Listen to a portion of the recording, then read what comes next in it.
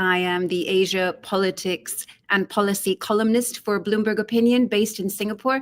And it's wonderful that you're joining us today for what I expect to be a spirited and robust discussion. What we're talking about is who is winning the US-China trade war.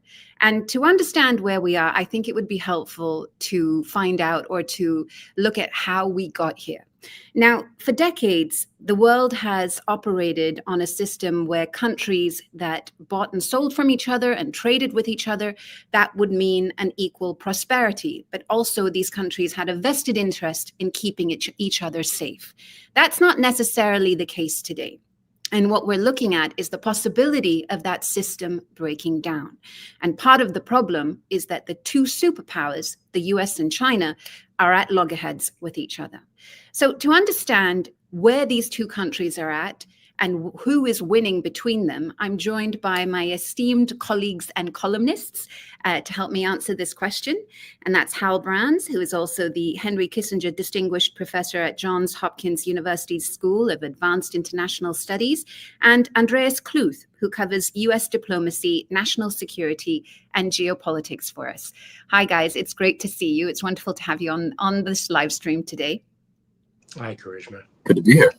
Yeah, indeed. Well, look, I want to get started right away because we don't have that much time. But Hal, let's start with you. You've just been working on this extensive piece that's on the Bloomberg Opinion website. It's called China is Already Winning the Trade War America Wanted. And in that, you lay out that we're now in this new age of economic warfare. Is that right? And where we have this sort of confluence of trade, technology, and national security that are fused together at the moment. And that China is also learning from the United States how to weaponize trade. What are the consequences of that?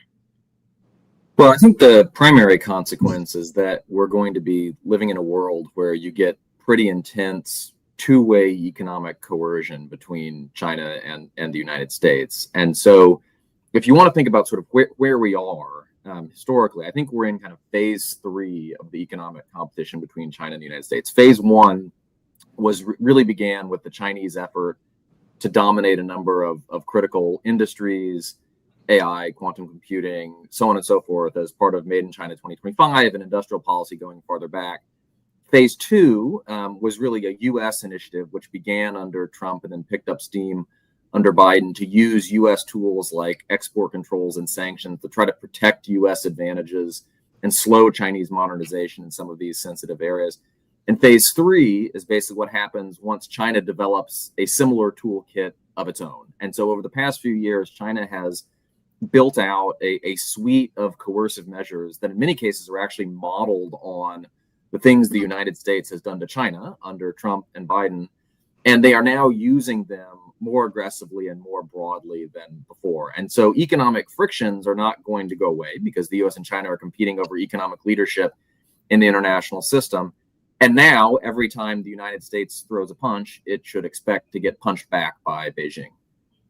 Very well put, Hal. And, lots more to come back to you and talk to you about in terms of that column. But Andres, I want to address the column that you've written. I mean, just picking up on what Hal has said, right? China should expect, both sides should expect a punch back, regardless of who's throwing that first punch. And in your piece, the U.S. has no China policy, no strategy, and no clue. I love this line. You say that it's ADD diplomacy, all tactics, no goals. But, at the same time, wouldn't the Trump administration argue that it has China precisely where it wants it and that Trump's going to get that big, beautiful deal when he meets with Xi Jinping in South Korea, if he does indeed next week? Okay, the line ADD diplomacy doesn't come from me. It comes from someone I interviewed, Rebecca Lissner, who was in not a national security official in the Biden administration, but she's not the only one saying that. I hear things like whiplash, chaos, strategic schizophrenia. That's what you've been seeing on this subject and on others as well in the Trump administration so far vis-a-vis China. It really seems like, there are several, they have no plan. There is no policy. And therefore, I think the meeting, if it happens, it may not happen, if it meetings wouldn't solve big things. It wouldn't resolve any of these outstanding issues. But basically, he launched a war with China and everyone else without knowing what he wanted out of it. And discovered that whereas most of the other countries that he launched a trade war on sued for peace, China didn't. And then discovered, as Graham Allison, who's a famous international relations scholar, said that he has no cards because China, they started playing all these cards, TikTok, microchips, port fees, and then China threw in rare earths. And for years, it was clear that they would use that because rare earths, where they have a monopoly, can throttle the magnets in cars, in fighter jets in America. So they really sort of seem to have him, and he didn't seem to have a plan. Why didn't he seem to have a plan is because several factors. One is, unfortunately, the White House has had several purges. It's called loomering. So they fired a lot, literally. For instance, I'll name one example, David Feith. A lot of the people who would have understood exactly what levers to use against the Chinese during the summer, they were gone. Another reason is that within the White House, the remaining people, they're actually fighting different. There are some people who just want tariffs for their own sake. Other people who just want to keep advanced microchips out of the Chinese hands so that because they're getting ready for a war one day and they want them to be inferior. And then other people who are just transactionalists, they just want to throw everything into the wall to get concessions out that could and proclaim victory.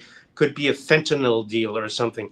And Trump is all over the map. So it seems like that's ADD, like that he has an attention deficit, doesn't know what he wants from China, is trying it all, and that the Chinese, it appeared to have taken him by surprise as, oh my God, they're so much tougher than we expected.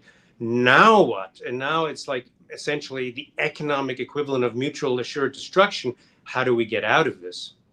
Yeah, it's interesting as I listen to you sort of lay that ground, the map, the landscape out. I'm struck by, or I'm reminded rather, by some of the things that I've been hearing from China in response to the sort of column I've been working on as well that was published earlier today about how China is testing American resolve in this trade war. And you're exactly right.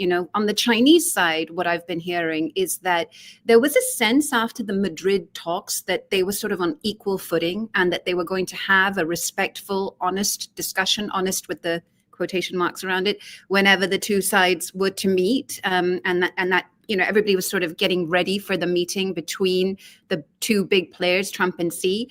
But then there was a sense on the side of Beijing that they were to some extent betrayed because of the tightening of restrictions on chip exports. And that was also one of the reasons I've heard for why the rare earth restrictions came in. It was a way for the Chinese to say, look, we're going to play hardball too. We're not afraid of it. And in fact, we've heard statements from the Chinese side where they've said things like, we don't want a trade war, but we're not afraid of a trade war. And I think that speaks to another theme or a long-running sentiment that I've seen in China, particularly in the difference in how it's been treating Trump 2.0 versus Trump 1.0. And that's that sense of equality and agency. Like, we're your equal partners on the global stage here, and we want to be treated in that way. And I think a lot of that is sort of coming out in the rhetoric that we're hearing from the Chinese. But I also wonder how, ahead of the meetings, now we've got Trump coming out to Asia over the next week or so. Is there the sense that ties between these two could be stabilizing, that this was sort of rhetoric and bluster, and in the short term, at least, we might get some form of an agreement or compromise? Well, let me go backwards 30 seconds because I think you raised an important point. And I would just say that nobody does performative outrage quite like Beijing. And right. So yes, I'm sure there's a degree to which the Chinese are tired of being treated as the junior great power by the United States. But I think what's going on essentially is that China has been trying to find a way of getting rid of U.S. export controls since they were introduced in 2018, and particularly since they went big and broad in 2022. This was always the top issue when Xi Jinping met with Joe Biden. And one of the things that Beijing has been driving at in these trade talks, and one of the reasons why this push for a big bargain is frankly going nowhere, is that China is insisting essentially on a wholesale rollback of the export controls that the U.S. has put in place over the past few years, because they know that they are a serious threat to China's technological modernization. And, don't take my word for it. Listen to what the DeepSeek CEO says about why they can't go faster. And so, yes, there was sort of the precipitating factor, which was the so-called 50% rule that the Commerce Department put out at the end of September, which basically applied to Chinese subsidiaries of Chinese firms, I should say. But these rare earth controls were clearly designed over a period of years. And so my sense is that Beijing was developing a tool that they were going to introduce at some point as a way of basically saying, look, we can hit back with our own export controls. And so you're going to have to go easy on this, because what they basically want is for the U.S. to stop using these things, to never update the export controls that it has put in place, to roll back some of the existing ones, and so on and so forth. So that leads to sort of your question about, is there going to be a bargain? And there may be sort of a tactical pause in the relationship. And so I agree. I don't think either Xi Jinping or Donald Trump views it as advantageous to have an all-out trade war decoupling battle right now, because it's bad economically for both of them. And neither of them are as ready as they would like to be for that scenario. And so I think it is possible, perhaps even probable, you'll get some sort of ceasefire that will come out either of this meeting or of engagements between sort of cabinet principals, if not the leaders themselves. But there's an ongoing structural deterioration in the relationship, because these two countries are at loggerheads strategically, economically, and ideologically. And so even if you get sort of a temporary reduction in tensions that comes out of this leader level diplomacy, we shouldn't mistake that for a more thoroughgoing change in the overall trajectory of the relationship. No, that's an excellent point. And I think that frames the sort of relationship between them really well, because in the short term, they've got to find some form of a compromise, simply because it's advantageous, or rather disadvantageous not to, right? But I wonder, Andres, given your extensive research and sort of knowledge of the Trump administration and how the White House works, is there the expertise to be able to craft this kind of nuanced deal making, like to sit down and really thrash out, as Hal has been saying, like, what are the steps going forward, that if we do have to coexist, even though we're on this track to be separated at some point in the future, how do we do that? The expertise, of course, exists in this town, but at the moment, not so much in the administration, in part because of these purges. The State Department, the National Security Council, the intelligence agencies, they've gone through round after round of turmoil, layoffs, firings, but it's still there. But there is another sort of casualty of the turmoil here. It's what they call the interagency process. It used to be that you have structured meetings when you decide strategy towards something like China, and you get someone presenting on every topic: Taiwan, the South China Sea, nuclear weapons, fentanyl, trade, and that kind of dialogue has been damaged. It's possible, it could be temporary, but I think given the ADD of the boss, it could be permanent. So that's why I think at the moment it appears that there is no coherent vision of priorities of what, let's say we'll negotiate with them on fentanyl just to get a win, or on a lot of people are suggesting on a deconflicting process in case our airplanes bump into each other, just to build trust. And then eventually we'll talk about how to avoid a third nuclear arms race, China, Russia, and the US, which would be good for all of us, although the Chinese are uninterested. So there's nothing like that. It's more like, hey, TikTok, let's, so the expertise exists, but Trump is bad at using it. And I think that we're talking about China, but that is, of course, it gets into the intelligence services, is a deeper malaise here, is that expertise is under pressure because loyalty is now seen, fealty to the boss agreeing with the boss, not telling truth to power is seen as more important, or is more important for your career than expertise, lateral associations, introducing doubt to avoid overconfidence in these things. A lot of people could have told them, look, they're going to do the rare earths if you do this, apparently they didn't, or it was ignored. That's the moment, 2025, that we're in. We got 3 more years or more of this. So I'm cautious, but the expertise exists. Trump is not using it. That makes the administration have his ADD. Well put, Andres.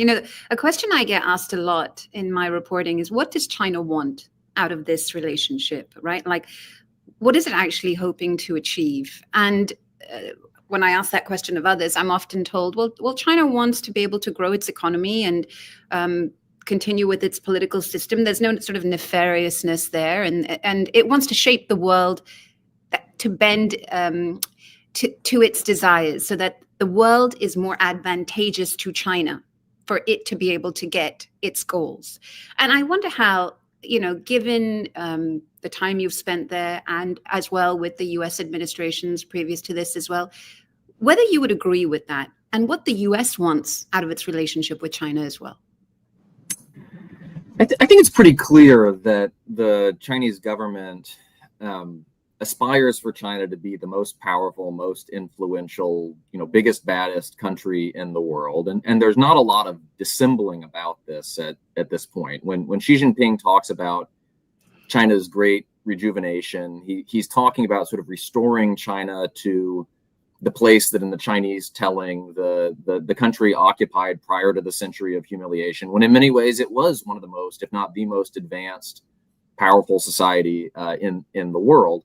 And if you look at, PRC propaganda mouthpieces, again, they're pretty explicit that this is what China would like to achieve, hopefully by the time of the centenary of the end of the Chinese Civil War in 1949. Now, I don't know that adds up to sort of a grand master plan for global domination. I think it's more of an aspiration. And I think if you sort of administered the sodium pentothal and asked Xi Jinping, like, what does the world look like in 2049? I don't know that he could give you a fully articulated version of what a Chinese-led order would look like. I suspect it would look very different than the world we have known over the past 80 years, but I'm not sure there's a fully fleshed out plan there. But in the interim, I think Chinese officials understand that, and have understood for quite a long time, really going back to the end of the Cold War, that it is a mistake to sort of precipitate a confrontation with the reigning superpower too soon, and until you are ready. And a lot of what China has been doing over the past 30 years, and particularly over the past 5 to 10 years, is trying to get ready, right? Trying to sanction-proof the economy, trying to develop countermeasures to deter the application of sanctions, building up this massive military that is fundamentally changing the balance of power in East Asia and increasingly has global ambitions, stockpiling fuel and food. And so you are more prepared for whatever the world or the United States throws at you, and so on and so forth. And so these two things can kind of coexist. We have a China that has fundamentally revisionist objectives, and yet nonetheless wants to preserve a certain degree of stability in its relationship with the world and relationship with the United States for the time being.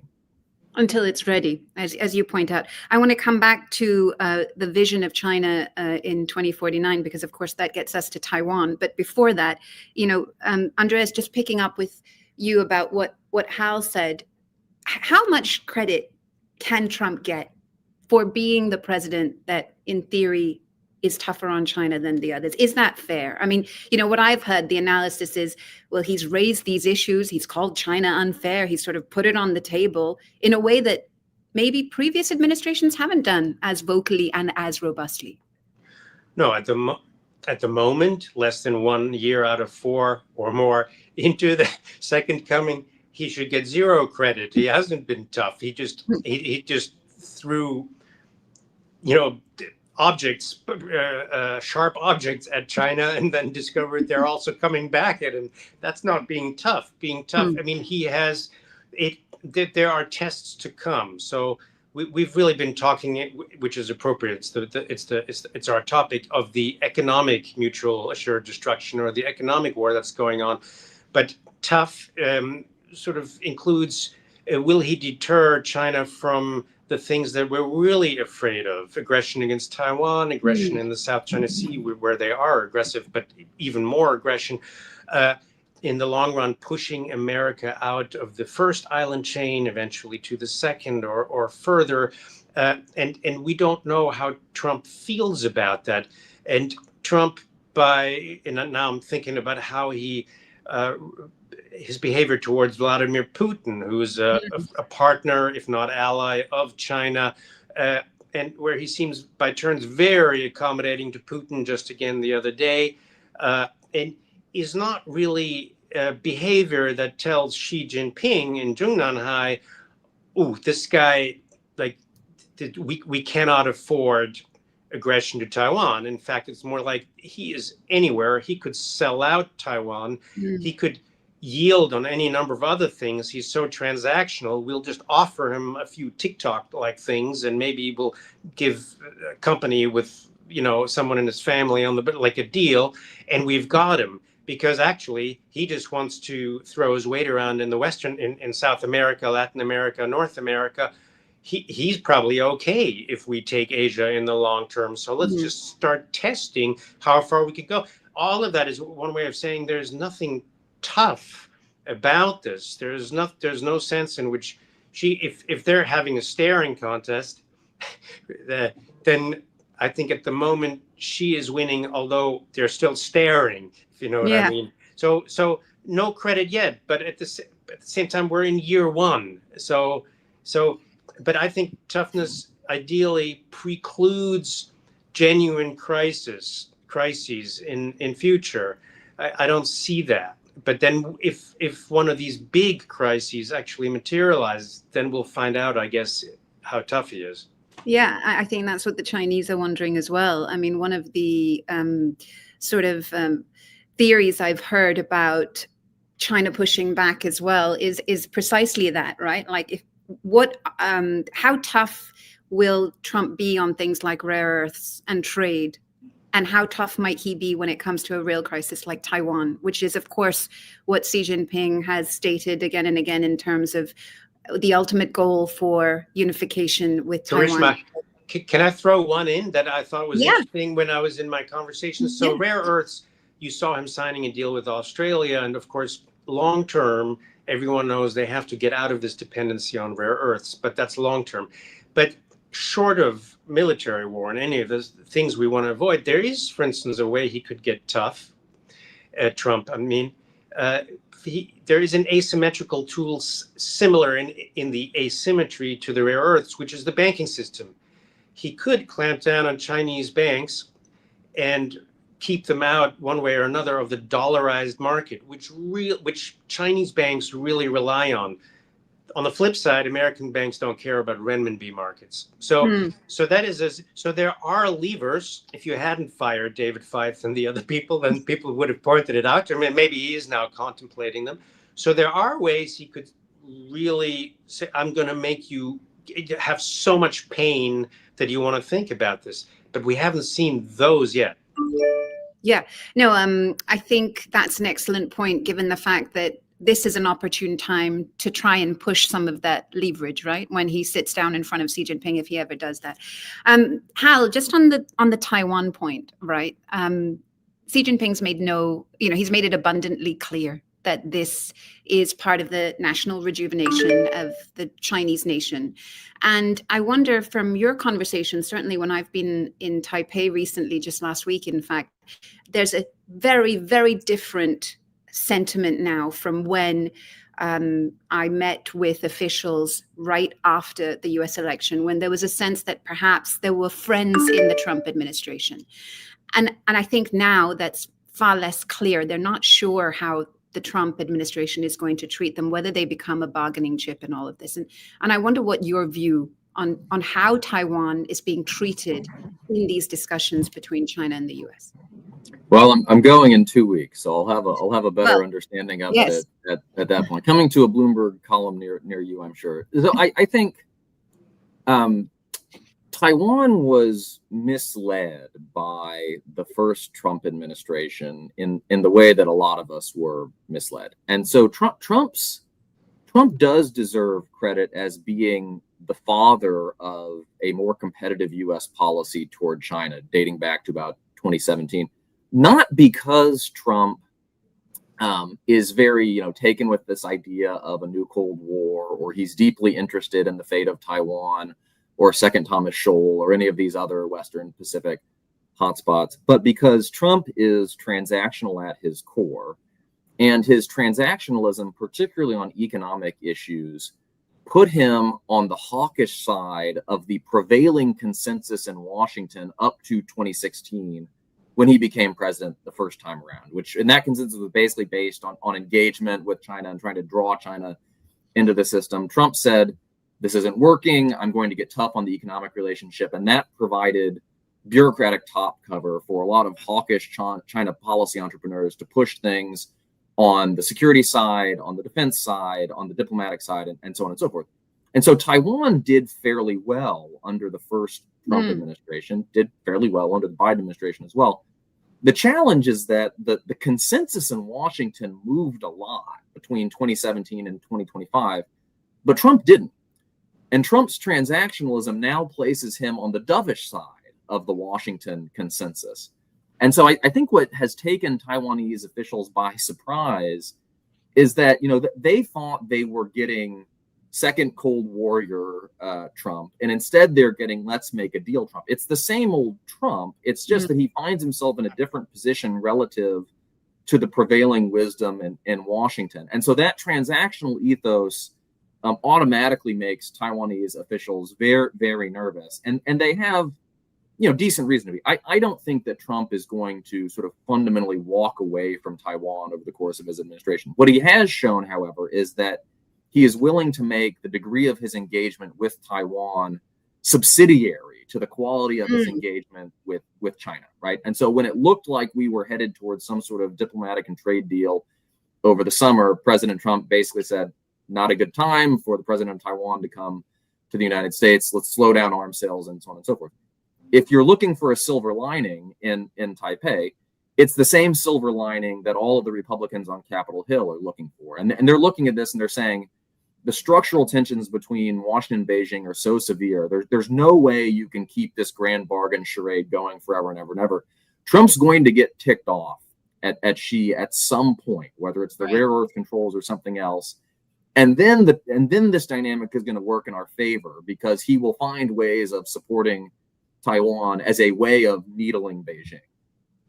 Yeah, I mean, the relationship is certainly volatile, to say the least. And I think that is something we can definitely count on as the two countries continue trying to sort of coexist with each other. But as we have just simply a few more minutes left before we end the live stream, I wonder whether we can answer this question. Just who is winning the US-China trade war? So, Hal, I'll give you first dibs, and then I'll come to Andreas. The U.S. has the better cards to play, as President Trump would put it, in the ways that Andreas has talked about in some other ways as well, but has struggled to do so in part because this administration is just so internally at odds and chaotic that it is hard to design anything that looks like a workable strategy. And so if the question is sort of who is coming out of this better than expected, it's clearly China, right? Because Trump thought that he was going to apply pressure. The Chinese economy was super weak. She would cave. That's clearly not the case. And China has now rolled out these very powerful export controls that give it a lot of leverage. To be continued, though, because it may be true that China overreached with this, because by creating this licensing regime that is essentially global in scope, they have showed that they can throttle economies everywhere in the world. And so we need to watch the degree to which Trump is able to overcome his worst instincts and create partnerships with Australia and other free world countries to try to reduce dependencies on China. If this is a spur to that, then I think you would say that the U.S. came out okay over the long run. We'll see. Yeah, we'll see. Andreas? since it's binary, it's one of these enders. I'll say China is winning for now, and not so much in any of these particular deals and microchips and so forth. But Trump is clearly alienating a lot of countries and withdrawing from a lot of regions, and China is happy to pose as, but somewhat convincingly, as the more orderly, more responsible world power. And Trump is pushing a lot of former partners of the U.S. in Africa, Latin America, Asia, into the arms of China, and that cannot be in America's interest. So I'd say, in that sense, and since we have, as Hal said, a few years to go until the centenary that Xi Jinping has set his ambitions on, I think China's doing pretty well. Yeah, well, I'm going to take the sort of middle way and quote rather cheekily from Zhou Enlai, who rather famously said, you'll remember, right, the Chinese premier under Mao Zedong, where when he was asked by Henry Kissinger, I mean, this story is, the quote is often misinterpreted, I suppose, but ostensibly he was asked about the meaning of the French Revolution, and he said rather famously now that it's too soon to tell. So I'm going to go with that. But I want to thank the two of you, Hal Brands and Andreas Kluth, for being such fantastic colleagues and columnists this evening. I've learned a lot. I'm sure our audience has as well. Thank you very much, all of you who've been watching this Bloomberg Opinion live stream. It's one thing is for sure, I suppose, even with all this uncertainty, we will definitely be back to discuss more of these topics in the future. Till the next time, I'm Karishma Vaswani. Thank you.